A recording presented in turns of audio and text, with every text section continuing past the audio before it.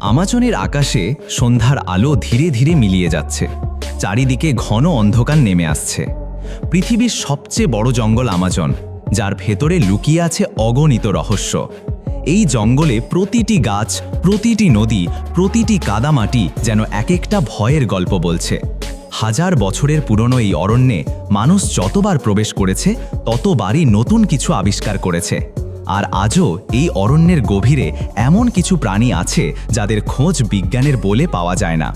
তার মধ্যে সবচেয়ে রহস্যময় আর ভয়ঙ্কর হলো সাপ। দিনের আলোতেও আমাজনের জঙ্গলে প্রবেশ করা সহজ নয়। আর্দ্রতা আর ঘন গাছপালার আড়ালে অন্ধকার এমনভাবে ছেয়ে থাকে যে মানুষকে মনে হয় যেন রাত নেমে এসেছে। ঠিক এই অন্ধকারেই লুকিয়ে থাকে নিঃশব্দ আতঙ্ক। শুকনো পাতার ওপর দিয়ে হঠাৎ সরসর শব্দ শোনা যায়। দেখা মেলে এক বিশাল বোয়া কনস্ট্রিক্টরের। কোনো শব্দ নেই, কোনো তাড়াহুড়ো নেই, ধীর পায়ে এগিয়ে চলেছে সে, যেন জানে তার শিকারের পালাবার কোনো উপায় নেই। বোয়া শিকারকে কামড়ে ধরে না, বিষ ঢালেও না। সে নিজের বিশাল দেহ দিয়ে আঁকড়ে ধরে শ্বাসরোধ করে দেয়। শিকার যতই লড়াই করুক, তার শরীরের প্রতিটি নিঃশ্বাস ধীরে ধীরে থেমে যায়। গাছের ডালে ঝুলে থাকা বানর, জঙ্গলের মাটিতে ঘুরে বেড়ানো হরিণ কিংবা বুনো শুকর সবাই একদিন না একদিন বোয়ার শিকার হয়েছে। কিন্তু বোয়া কনস্ট্রিক্টরই আমাজনের সবচেয়ে বড় আতঙ্ক নয়। আরও ভয়ঙ্কর এক সাপ লুকিয়ে আছে নদীর কাদায়। সেটি হলো গ্রিন অ্যানাকন্ডা, পৃথিবীর সবচেয়ে বড় সাপ। তার শরীরের দৈর্ঘ্য কখনো কখনো 30 ফুট পর্যন্ত হতে পারে, আর ওজন প্রায় 400 কিলোগ্রামের মতো। বিশাল দেহের বেশিরভাগ অংশ লুকিয়ে থাকে পানির নিচে। চোখ আর নাকটা শুধু ওপরে থাকে। কেউ বুঝতেই পারে না সে সেখানে আছে, আর সুযোগ পেলেই বজ্র গতিতে ঝাঁপিয়ে পড়ে শিকারকে টেনে নিয়ে যায় জলের গভীরে।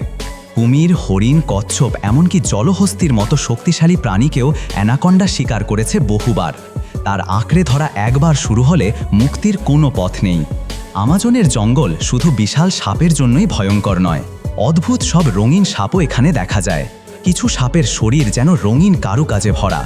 সবুজ, লাল, নীল আর হলুদের মিশ্রণ এমনভাবে জ্বলজ্বল করে যে মনে হয় কোনো শিল্পী হাতে রং করেছে। এরা শুধু সৌন্দর্য নয়, প্রাণঘাতী বিষও বহন করে। এক কামড়ে মানুষ কয়েক মিনিটের মধ্যেই মৃত্যুর মুখে চলে যেতে পারে। আবার কিছু সাপ আছে যাদের রং মুহূর্তে বদলে যায়। পাতার সবুজের সাথে মিশে তারা অদৃশ্য হয়ে যায়। শিকার কিছু টেরি পায় না। দিন যত গড়ায় রাত নেমে আসে আমাজনে। রাতের জঙ্গল দিনের তুলনায় আরও ভয়ঙ্কর। দূরে কোথাও ব্যাঙের ডাক শোনা যায়, আবার হঠাৎ করেই থেমে যায় সব শব্দ। অন্ধকারে ঝলমল করে ওঠে সাপের চোখ। এক একটা ঝোপের ভেতর, শুকনো গাছের ডালে কিংবা নদীর পাড়ে প্রতিটি জায়গায় যেন মৃত্যুর ফাঁদ পাতা। গবেষকরা অনেকবার নতুন ধরনের অচেনা সাপের খোঁজ পেয়েছেন। কারোর মাথা এত অদ্ভুত যে দূর থেকে মনে হয় অন্য কোনো প্রাণী, আবার কারোর শরীর এত উজ্জ্বল রঙে ভরা যে মনে হয় আলোর মালা জড়ানো। অনেক সাপের ছবি আজও শুধু কাহিনীর মধ্যেই সীমাবদ্ধ। বিজ্ঞানীরা এখনও তাদের খুঁজে পাননি। আমাজনের ভেতরে প্রবেশ করা মানেই মৃত্যুর সাথে প্রতিদিন লড়াই। এখানকার আদিবাসীরা বলে সাপ হলো জঙ্গলের রক্ষক। যে মানুষ প্রকৃতিকে সম্মান করে না তাকে সাপ তার ক্রোধ দেখায়। তাদের অনেক কিংবদন্তি আছে বিশাল অ্যানাকন্ডাকে নিয়ে। কেউ বলে জঙ্গলের ভেতরে এখনও এমন অ্যানাকন্ডা আছে যার দৈর্ঘ্য 50 ফুটেরও বেশি। কেউ বলে এমন সাপ আছে যাদের চোখ অন্ধকারে লাল জ্বলে। ঘন্টার পর ঘন্টা যদি তুমি এই জঙ্গলের ভেতরে কাটাও, তবে বুঝতে পারবে আমাজনের প্রতিটি মুহূর্তই রহস্যে ভরা। একদিকে নিঃশব্দে পানির নিচে লুকিয়ে থাকা অ্যানাকন্ডা, অন্যদিকে গাছের ডালে ঘাপটি মেরে থাকা বিষধর সাপ, আবার রঙিন নকশা আঁকা অদ্ভুত প্রজাতি। সব মিলে এই জঙ্গল যেন এক জীবন্ত দুঃস্বপ্ন।